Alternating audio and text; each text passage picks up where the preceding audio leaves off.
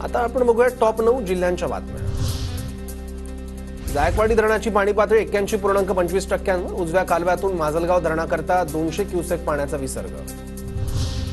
कोयना धरणाचे 4 दरवाजे केले बंद, कोयना धरण पाणलोट क्षेत्रात पाऊस कमी झाल्याने धरणाचे 6 पैकी 4 दरवाजे बंद। ग्रामसभा घेण्यावरून बीडच्या लिंबा गणेश ग्रामपंचायतीत 2 गट आमने सामने, तब्बल 1 तास दोन्ही गटातील कार्यकर्त्यांमध्ये शाब्दिक बाचाबाची, गावात तणावाचं वातावरण। वयोवृद्ध कलावंताकडून मानधन मंजूर करण्याच्या मागणीसाठी परभणीच्या जिल्हा कार्यालयावर ठिय्या आंदोलन, जिल्ह्यातील हजारो वयोवृद्ध कलावंतांचं मानधन समाज कल्याण विभागात मंजुरीसाठी प्रलंबित।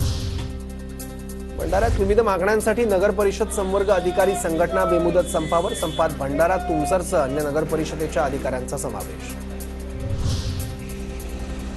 चंद्रपुरात इलेक्ट्रॉनिक वजन काट्याला चिप लावून भंगाराची हेराफेरी, सरकारच्या दुर्गापूर कोळसा खाणीतील प्रकार, 4 जणांवर गुन्हा दाखल।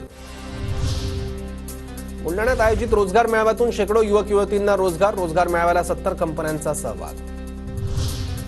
जालन्यात गौतमी पाटीलच्या कार्यक्रमात सौम्य लाठीचार्ज, दहीहंडीनिमित्त ठेवलेल्या गौतमीच्या कार्यक्रमात चाहत्यांचा धुडगूस, जालन्यातील आझाद मैदानावर सुरू होता गौतमी पाटीलचा कार्यक्रम।